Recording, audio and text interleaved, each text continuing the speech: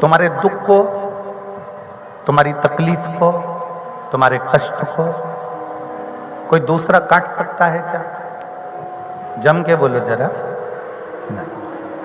आप अपने पड़ोसी को अपना दुख कह दो, आप अपने पड़ोसी को अपनी बात कह दो, आप अपने पड़ोसी को अपने मन का भाव कह दो, क्या पड़ोसी तुम्हारे दुख को काट देगा क्या?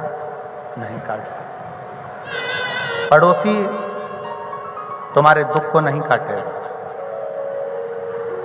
कोई दुनिया में ऐसा पैदा नहीं हुआ कि तुम्हारे दुख को कोई काटे।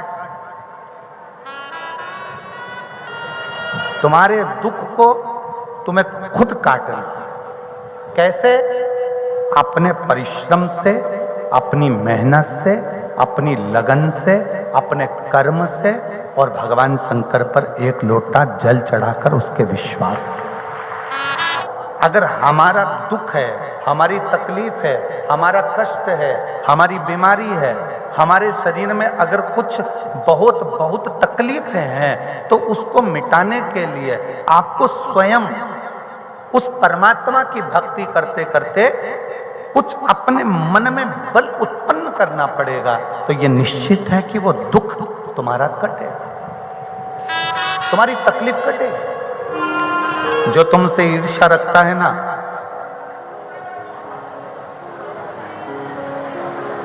वो जिंदगी में तुम पर कितनी भी बद्दुआ दे दे, तुम्हारा बाल बांका नहीं हो सकता।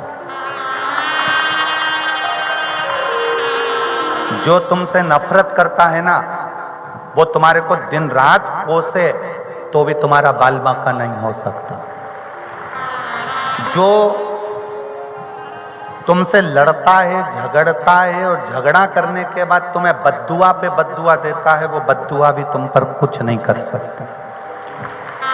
दुनिया में दो बद्दुआ ऐसी है जो तुम्हें बर्बाद कर देती है। एक आपकी स्वयं की बद्दुआ। बीमार पड़ गए, हॉस्पिटल में अपने आप को कोस रहे, इससे तो मर जाऊं तो अच्छा है, बहुत तकलीफ भोग रही हूं, काहे का जीवन दिया भगवान तूने, मुझे तो परेशान कर दिया भगवान तूने।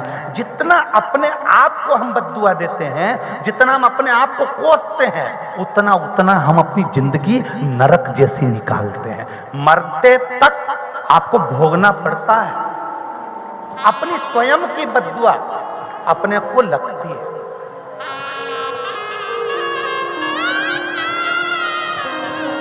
और यहां मेरे कई भाई बैठे हुए हैं, कई मेरी जीजा बैठे हैं, कई मेरी जीजियां बैठी हैं, कई बेटियां बैठी हैं, कई बेटे बैठे हैं। कोई एग्जाम में अगर आप फेल हो गए, कोई एग्जाम में आप निकल नहीं पाए, कोई परीक्षा में आप उत्तीर्ण नहीं हो पाए, कोई परीक्षा में आप रह गए, कोई परीक्षा आपकी छूट गई है, कोई बात नहीं, अपने आप को कोसिए मत। आप अपने आप को मत कोसो। और कई मेरी जीजियां बैठी हैं, कई मेरे जीजा बैठे हैं, बेटियां बेटे बैठे हैं, ये स्मरण में रहे इनको, अपने स्मरण में ये लेकर आओ। कई पत्नियां अपने आप को कोसती हैं, कहां फंस गई मैं तो शादी करके, मेरी तो जिंदगी नरक हो गई, मैंने तो ऐसा सोचा था, मैंने तो वैसा सोचा था। अपने आप को कोस रही है, अपने आप को बद्दुआ दे रही है।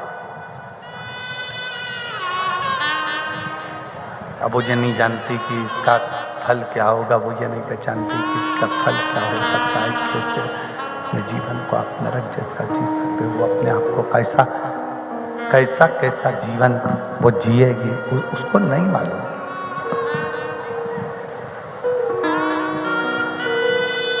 वो अपने आप को कोस रही। किसी की सामर्थ्यता नहीं, किसी की सामर्थ्यता ऐसी नहीं है कि कोई जो तुमसे ईर्ष्या रखता है, जो तुमसे नफरत करता है, जो तुमसे बहुत जलन रखता है, वो तुमको कितनी भी बद्दुआ दे दे, उसका कोई फर्क नहीं पड़े, उसका कोई फर्क नहीं पड़े।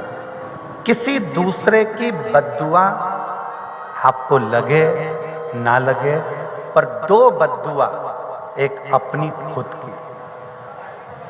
कोई बीमारी हो गई, कोई रोग आ गया, घर में कोई तकलीफ आ गई, कोई कष्ट आ गया, कोई एग्जाम नहीं पास हो पाए, कोई परीक्षा नहीं निकल पाए, अपने आप को कभी मत कोसो। आज सोमवार प्रदोष शिवरात्रि की कथा को दिल में बिठाना कि अब तक तो हमने अनायास में अपने आप को कोस लिया, पर आज से मैं संकल्प लेता हूं कि आज के बाद अपने आप को कभी नहीं कोसूंगी, अपने आप में प्रबलता धारण। कई लोग दिन में मेरे तो भाग ही फूटे हैं, मेरे तो यही भाग्य हो गए, मेरे तो ऐसी किस्मत हो गई, मेरी तो वैसी किस्मत हो गई। अरे कितने किस्मत वाले हो, भगवान ने 2 हाथ 2 पांव 2 नेत्र 2 श्रवण जिह्वा देकर भेजी है। खुश हो, उसको देखो जिसके हाथ पैर तक नहीं है और रेंग कर चल रहा है। उसको देखो जो मुंह से बोल नहीं सकता, उसको देखो जो देख नहीं सकता, उसको देखो जो सुन नहीं सकता। अपने आप में प्रसन्नता धारण। एक बहन ने कहा कि हमारी पड़ोसन हमको दिन रात गालियां देती है, ताने देती है, झगड़ा करती है, दिन भर कोसती रहती है, उसकी बद्दुआ तो हमको नहीं लगेगी। फिर निवेदन है, कंपटीशन में, ईर्ष्या में, विवाद में, जलन में अगर कोई तुमको बद्दुआ भी दे रहा है तो वो बद्दुआ तुम्हें कभी नहीं लग सकती है, कभी नहीं लगेगी। बल्कि जो तुमको बद्दुआ दे रहा है वो उल्टा त्राण भोगता है।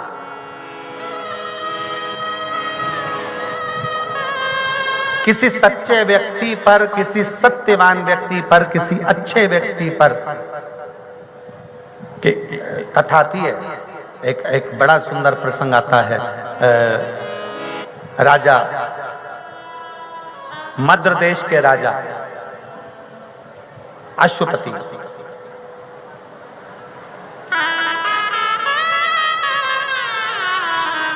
और मद्र देश के राजा अश्वपति जिनके घर में संतान नहीं थी,